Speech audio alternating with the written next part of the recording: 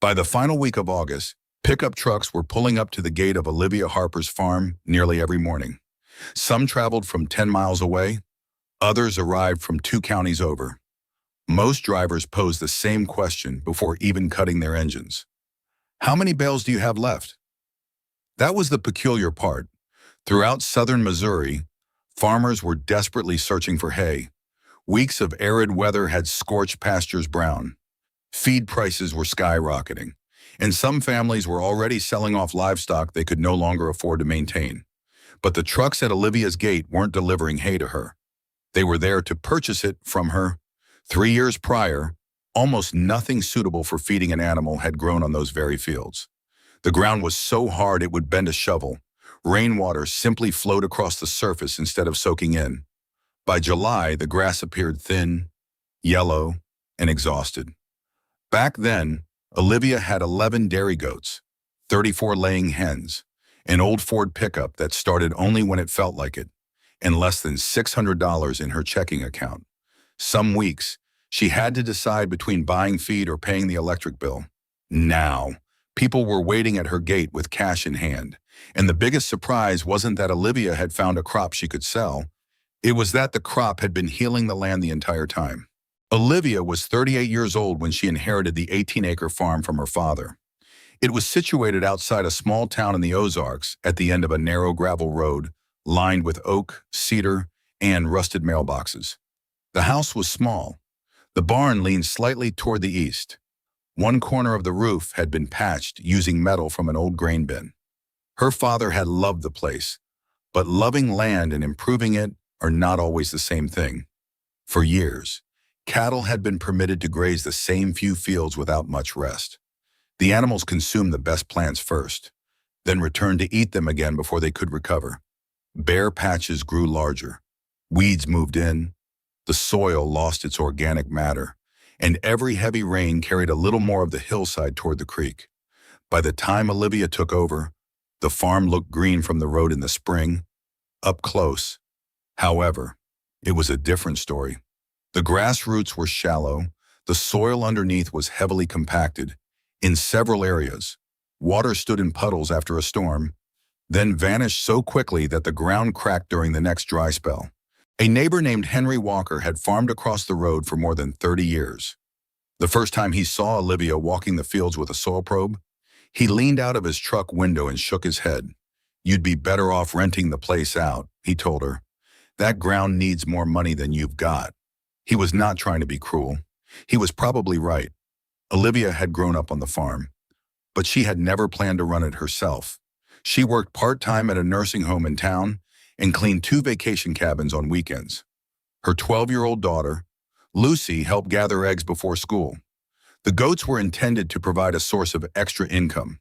Olivia sold a little milk, made simple bars of goat milk soap, and occasionally sold a young animal. The hens gave her eggs to sell at a roadside cooler near the mailbox, but the numbers never worked the way she hoped. The goats needed hay through the winter. They needed grain while producing milk. They needed minerals, fencing, bedding, and medicine. The chickens needed feed too.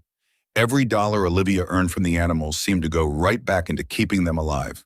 One cold February evening, she sat at the kitchen table with 4 bills spread out in front of her. The electric company wanted payment by Friday. The truck needed a new alternator. The feed store would not extend her account again, and the goats had enough hay left for maybe 9 days. Lucy was doing homework across the table when she looked up and asked a question Olivia had been trying not to ask herself. "Are we going to have to sell them?" Olivia did not answer right away. Outside, one of the goats pushed against a loose board on the barn. The wind rattled the kitchen window. Olivia looked down at the bills and understood something clearly. She could not keep buying fertility in bags, feed in sacks, and hay in bales, while her own land produced almost nothing. The farm was not supporting the animals. The animals were not improving the farm. Everything was taking, and almost nothing was giving back. That night, Olivia opened her father's old filing cabinet and found a folder filled with soil reports, seed catalogs, and notes he had never acted on. One page had a circle drawn around a single word, alfalfa. Olivia knew what alfalfa was. Everyone around livestock did. It made high-protein hay, especially valuable for dairy animals. But she had never thought of it as something she could grow. Alfalfa was supposed to need good soil. Olivia's soil was acidic, compacted, and low in organic matter. Planting an expensive crop into a bad field sounded like the fastest possible way to lose money she did not have. Still, she kept reading. Alfalfa had deep roots, in good conditions. Those roots could travel several feet into the ground, opening channels through dense soil and reaching moisture that shallow-rooted grasses could not reach. It was also a legume, with the help of bacteria living around its roots. It could pull nitrogen from the air and bring it into the soil system. The plant could feed her goats, it could produce hay she might sell, and while doing both, it could begin rebuilding the ground underneath it. There was only one problem. Olivia could not afford to plant all 18 acres, so she started with less than 4. Instead of borrowing money for new equipment, she used what she had. She rented a small no-till drill from the county conservation office. She bought used electric fencing from a farm auction.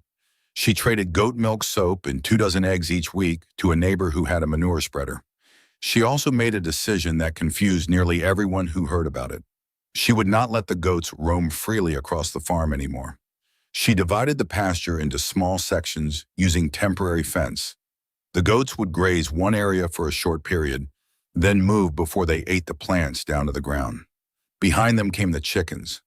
Olivia built a lightweight mobile coop from scrap lumber, old wheels, and sheets of roofing metal. Every few days, she and Lucy pulled it to the section the goats had just left. The chickens scratched apart manure piles. They ate fly larvae and insects. They spread nutrients across a wider area. Then the field rested. That resting period was the part people did not notice. From the road, it sometimes looked as though Olivia was wasting grass. She moved the goats while plants were still standing. She refused to let them return to the same area for weeks. Henry Walker stopped one afternoon and watched her roll up a section of fence. "You know they can still eat what's in there," he said. "I know," Olivia answered. "Then why move them? Because I need the grass to come back." Henry looked across the thin pasture. "You need grass first." Olivia smiled politely and kept working. Before planting alfalfa, she sent soil samples to a laboratory. The results were worse than she expected. The pH was too low. Phosphorus was limited, and several areas had so little organic matter that the soil behaved more like packed construction fill than farmland. She could not fix everything at once. She applied lime first, then she spread composted manure on the weakest areas. She planted alfalfa with red clover, using the clover to fill gaps while the slower crop became established. For 2 weeks, nothing happened. Then small green leaves appeared in neat rows. Olivia walked the field every morning before work. She knelt down, brushed away the dew, and counted seedlings. Some days, she allowed herself to believe the plan might work. Then the rain came. It fell hard for 3 days. Water rushed down the upper slope, crossed the newly planted field, and carried seed and soil into the ditch. When the clouds cleared, long bare streaks cut through the young stand. Nearly a third of the planting was gone. Olivia stood at the edge of the field with mud on her boots and felt sick. The seed had cost more than she had planned. The drill rental had to be paid. The lime bill was still sitting on the kitchen counter. Henry drove by slowly but did not stop. Olivia knew what he was thinking, because she was thinking it too. Maybe the land really did need more money than she had. She reseeded the worst sections by hand. The second planting came in unevenly. Weeds appeared between the rows. Then one of her best milk goats, Daisy, stopped eating. The veterinarian found an infection that required treatment and several follow-up visits. Olivia used almost all the money she had saved for winter hay. By early October, she was back at the kitchen table with a calculator. The electric bill was late again. Her truck made a grinding sound every time she turned left. And the alfalfa field, the crop that was supposed to save her, looked thin and disappointing. A friend offered to buy 4 of the goats. Olivia said she would think about it. That evening, she walked to the barn after Lucy had gone to bed. Daisy lifted her head when Olivia entered. The other goats crowded near the gate, expecting feed. Olivia stood there for a long time. Selling some of them would solve the problem for a few months, But the goats were not just livestock anymore. They were part of the system she was trying to build. Their manure fed the compost, their grazing controlled the fields, their milk paid for groceries. If she sold the animals every time the farm struggled, the farm would never become strong enough to support them. So, Olivia made a different choice. She sold her father's old fishing boat instead. It had been sitting behind the barn for 6 years, covered with a blue tarp. She received less for it than she hoped, but enough to buy winter hay and keep the goats. The next spring, the alfalfa returned. Not everywhere, not evenly, but where it had survived, it came back thicker. Its roots had spent the winter doing work no one could see. Olivia filled the missing areas again. She added more clover. She spread compost in narrow strips instead of trying to cover the whole field. She continued rotating the goats and following them with chickens. By June, the field was high enough for its first light cutting. The harvest was not impressive. Olivia stacked only a small number of bales in the barn. But when she opened one, the hay smelled fresh and sweet. The goats pushed against the gate to reach it. For the first time, Olivia fed them something grown on her own land. It did not eliminate her feed bill, but it reduced it. That small reduction gave her room to plant another 2 acres. In the second year, the system began connecting in ways Olivia had only hoped it would. The goats ate the alfalfa and clover. Their manure went into compost with old bedding and spoiled hay. The finished compost returned to the fields. The chickens followed the goats, spreading manure and reducing insects. Their eggs brought in steady cash at the roadside cooler. Olivia sold milk to a small soap maker in town and began making flavored soft cheese for a weekend farmer's market after completing the required permits and inspections. None of those businesses made much money alone. Together, they started keeping the farm alive. More importantly, the soil began to change. After a heavy storm, Olivia noticed that water no longer rushed off one section of the alfalfa field. It soaked in. When she pushed a shovel into the ground, it went deeper before meeting resistance. Earthworms appeared in places where she had rarely seen them before. The soil was darker near the surface. The plants stayed green longer between rains. These were not dramatic changes. No television crew arrived. No one wrote a story about her. But Olivia could see the farm slowly becoming less fragile. Then, during the third summer, the rain stopped. At first, nobody worried. Dry stretches were normal. But 1 week became 3, 3 became 5. Daytime temperatures stayed in the 90s. Ponds dropped. Pastures lost their color. Farmers who had planned to cut a second crop of hay watched their fields turn brown instead. Feed stores began limiting how many bales one customer could buy. Prices rose almost every week. Henry Walker started feeding hay in July, months earlier than usual. Olivia's older grass fields suffered too. The shallow-rooted plants curled and faded. Dust rose behind the goats as they moved from one paddock to the next. But the alfalfa did something different. It slowed down, but it did not disappear. Its roots had reached moisture deeper in the soil. The ground underneath it held more water than it had 3 years earlier.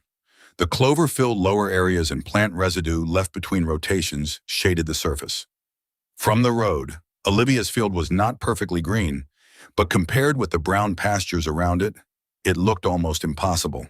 One morning, Henry pulled into the driveway and walked to the fence. He did not make a joke this time. "How deep are those roots?" he asked. "Deep enough," Olivia said. He looked over the field again. "You planning to cut it?" That was the question Olivia had been avoiding. The price of hay was higher than she had ever seen. If she cut the whole field and sold the crop, she could pay every overdue bill. She could repair the truck. She might even have enough left to replace part of the barn roof. Buyers were already calling. But if the drought continued, her goats would need that hay through winter. Selling it could save the farm on paper and leave the animals with nothing to eat. For 2 nights, Olivia barely slept. She calculated what the goats needed. She counted bales already stored in the barn. She estimated what one more cutting might produce if rain came. Then she made the decision. She kept enough hay to carry the goats through winter. Only after that did she put the remaining bales up for sale. She expected them to sit near the barn for a week or 2. They were gone in 3 days. A dairy farmer bought the first load. A horse owner bought the second. Two families returned and asked to be called after the next cutting. For the first time in her life, Olivia had produced more feed than her own animals required during a drought. But the true value of the crop was not only in the bales she sold, it was in the bags she did not have to buy. Her feed costs dropped. The goats continued producing milk. The hens kept laying. The roadside cooler stayed stocked with eggs, soap, and small containers of cheese. Three income streams continued because one crop had made the whole system more resilient. Near the end of August, Olivia sent new soil samples to the same laboratory she had used 3 years earlier. When the results arrived, she opened them at the kitchen table. The organic matter had increased. The soil structure had improved. Water infiltration was better. The pH had moved into a healthier range, and the fields were cycling more nutrients on their own. Lucy read the report over her shoulder. "Does that mean we fixed it?" she asked. Olivia looked out the window toward the field. "No," she said. "It means it's healing." A few days later, Henry came back. This time he brought a notebook. Olivia walked him through the paddocks. She showed him the temporary fences, the mobile chicken coop, the compost pile, and the areas where the first alfalfa planting had washed away. She did not hide the mistakes. She told him about the seeds she lost, the veterinary bills, the boat she sold, and the months when the whole plan looked foolish. Henry listened quietly. At the edge of the alfalfa field, he pressed his boot into the ground and looked at the mark it left. 3 years earlier, the soil had been too hard to take much of an imprint. Now it gave slightly beneath his weight. "I thought you needed better land," he said. Olivia shook her head. "I needed the land to start working with me." By the end of that year, Olivia was not rich. The truck was still old. The barn still leaned. She still worked shifts at the nursing home when the farm income was slow, but she no longer sat at the kitchen table choosing between electricity and animal feed. She expanded the rotation into another field. She planted more alfalfa and clover. She began selling a few breeding goats to families who wanted animals already adapted to a forage-based system. Once a month, a small group of local farmers met at her place. They walked the fields, compared soil tests, and talked about ways to reduce feed costs without exhausting their land. Some came because they were curious. Others came because they were desperate. Olivia told every one of them the same thing. There was no miracle crop. Alfalfa alone had not saved her farm. Neither had the goats, the chickens, the compost, or the fencing. The change came from connecting them. The crop fed the goats helped manage the fields. The chickens followed behind them. The manure became compost. The compost fed the soil. Healthier soil grew more forage, and more forage allowed Olivia to keep more of every dollar the farm earned. For years, she had treated each problem separately. Buy feed for the animals. Buy fertilizer for the field. Buy medicine for the insects. Find money for the bills. But the farm only began to recover when the solution to one problem became part of the solution to another. People often look at poor soil and assume it needs expensive equipment, large loans, and more chemicals. Sometimes it does need outside help, but sometimes the first thing it needs is time, living roots, careful grazing, and someone willing to stop taking everything the land produces. Olivia's greatest harvest was not the haystack in her barn. It was not the milk, the eggs, or the money buyers left at her gate. It was the fact that her farm had started producing more than a product. It was producing choices. She could keep her animals. She could pay her bills. She could stay on the land her father had left her. And when the next dry season came, she would not have to depend completely on someone else's field to feed her own animals. By then, the trucks arriving at Olivia's gate no longer surprised the neighbors. What surprised them was how little had been wasted. The weeds became goat feed. The manure became fertility. The damaged field became a hay crop. And the woman everyone thought was too poor to repair the land had built something wealthier farms around her had never needed to learn. A system that could take a hard year, absorb the pressure, and keep growing. The land had never been empty. It had been disconnected. Olivia did not save it by forcing it to produce more. She saved it by making every part of the farm useful to every other part. And slowly, root by root, season by season, the farm began returning the favor. If this story changed the way you look at the resilience of the land and the power of a connected ecosystem, please subscribe and like the channel. We are uncovering the history and the methods that they tried to bury. Let's cultivate a better future together. The next treasure of knowledge will be open soon.